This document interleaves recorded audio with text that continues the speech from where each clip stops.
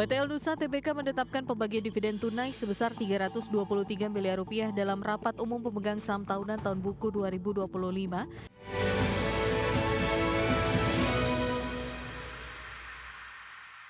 Pemirsa, PT Nusa Tbk menetapkan pembagian dividen tunai sebesar Rp323 miliar pada RUPST tahun buku 2025.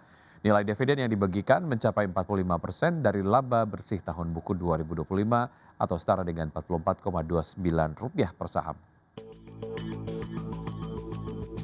PT Nusa Tbk menetapkan pembagian dividen tunai sebesar Rp323 miliar dalam rapat umum pemegang saham tahunan tahun buku 2025 yang diselenggarakan pada Senin 8 Juni 2026.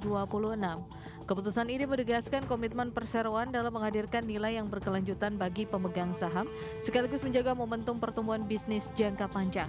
Nilai dividen yang dibagikan mencapai 45% dari laba bersih tahun buku 2025 atau setara dengan Rp44,29 per saham. Nilai tersebut meningkat 13% dibandingkan dividen tahun sebelumnya sehingga mencerminkan konsistensi perseroan dalam menciptakan pertumbuhan kinerja sekaligus memberikan imbal hasil yang menarik kepada para investor. Sementara itu merujuk kinerja pada tahun 2025, sepanjang tahun lalu perseroan membukukan pendapatan usaha mencapai Rp14,5 triliun dengan laba bersih sebesar Rp718 miliar. Raihan kinerja tersebut didukung oleh pertumbuhan aktivitas jasa hulu migas, penguatan bisnis distribusi dan logistik energi, serta kontribusi berbagai inovasi teknologi yang terus dikembangkan perusahaan. Berbagai sumber IDX Channel. Bursa saham dan mata uang emerging market Asia bergerak menguat pada perdagangan di hari Selasa setelah mengalami tekanan pada sesi perdagangan sehari sebelumnya. Rupiah menguat tajam maksud kami dan imbal hasil obligasi pemerintah tenor 10 tahun melonjak ke level tertinggi dalam lebih dari 3 tahun pada hari Selasa setelah Bank Indonesia menaikkan suku bunga di luar jadwal untuk menahan pelemahan rupiah yang semakin dalam.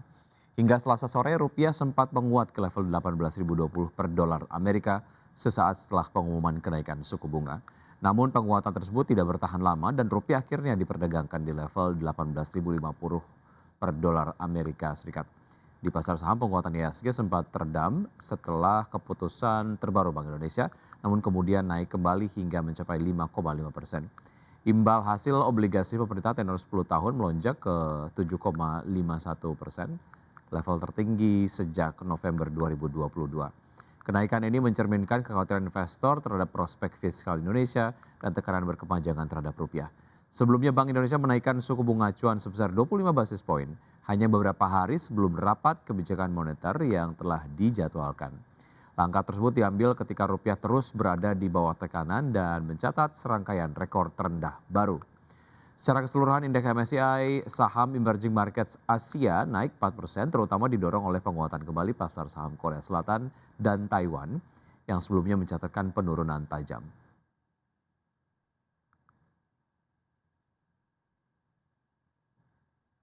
PT Jasa Armada Indonesia Tbk mengalokasikan belanja modal sebesar Rp74 miliar untuk tahun 2026. Dana belanja modal tersebut akan digunakan perseroan untuk pengadaan armada baru.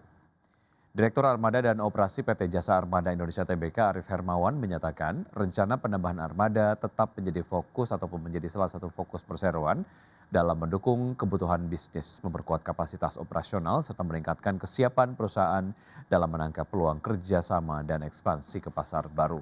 Selain itu pengembangan armada juga diperlukan untuk menjaga keandalan pelayanan, meningkatkan fleksibilitas operasi serta mendukung pencapaian target pertumbuhan perusahaan secara berkelanjutan. Manajemen menegaskan bahwa perseroan selalu menerapkan prinsip kehati-hatian dalam menjalankan proses investasi untuk memastikan nilai investasi yang diperoleh tetap optimal dan memberikan manfaat jangka panjang bagi perusahaan.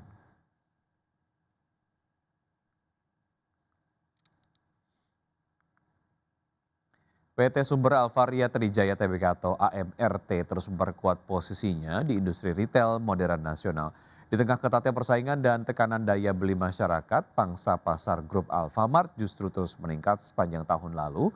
Kinerja positif ini ditopang oleh pertumbuhan laba, penambahan jaringan gerai, serta ekspansi ke berbagai daerah di Indonesia. PT Sumber Alvaria Trijaya Tbk atau AMRT terus memperkuat posisinya di industri retail modern nasional. Di Di tengah ketatnya persaingan dan tekanan daya beli masyarakat, pangsa pasar grup Alfamart justru terus meningkat sepanjang tahun lalu. Kinerja positif ini ditopang oleh pertumbuhan laba, penambahan jaringan gerai, serta ekspansi ke berbagai daerah di Indonesia. Kiwum Sekuritas mencatat pangsa pasar Alfamart naik 1,7% menjadi 36,2% pada 2025. Secara grup pangsa pasar perusahaan mencapai 42,2% dari total pasar minimarket modern di Indonesia. Peningkatan ini dinilai sejalan dengan pertumbuhan kinerja dan kemampuan perusahaan menjaga daya saing di tengah kondisi pasar yang menantang. Pada kuartal pertama 2026, AMRT membukukan laba bersih sebesar 1,07 triliun rupiah, naik 10,29% secara tahunan. Di saat yang sama, pendapatan perseroan mencapai 35,24 triliun rupiah. Pertumbuhan ini didorong oleh permintaan konsumen yang tetap terjaga serta strategi bisnis yang terus dikembangkan oleh perusahaan. Hingga Desember 2025, Alfamart mengoperasikan 24.433 gerai di seluruh Indonesia.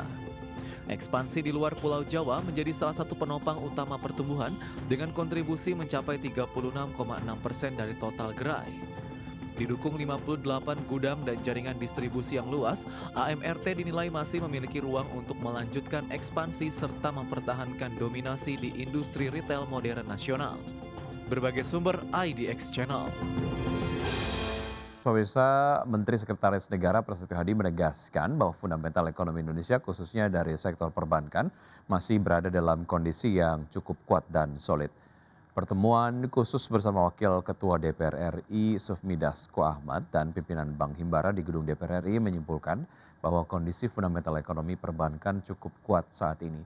Di mana menurut Mensesnek Prasetyo Hadi, kekuatan fundamental tersebut perlu terus dijaga melalui koordinasi dan komunikasi yang erat antar pelaku pasar termasuk perbankan, BUMN.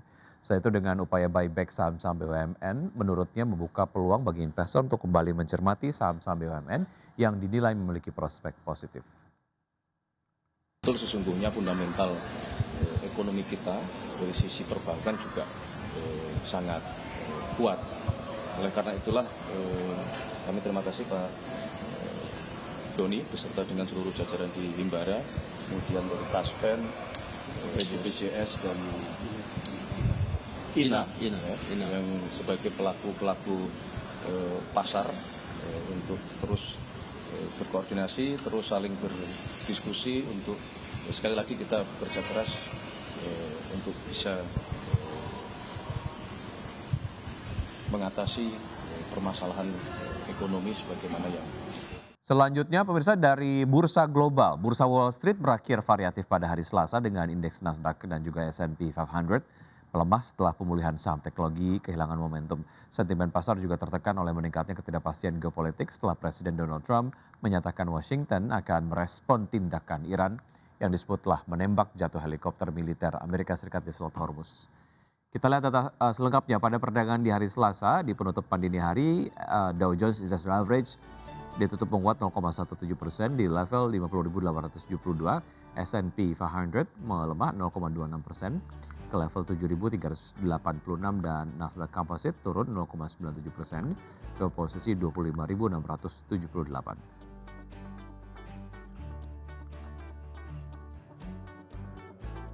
Ya, sementara itu pemirsa, bursa Eropa tergelincir pada perdagangan di hari Selasa memperpanjang tren penurunan menjadi 3 sesi berturut-turut. Pelemahan dipimpin saham sektor komoditas, terutama energi dan pertambangan.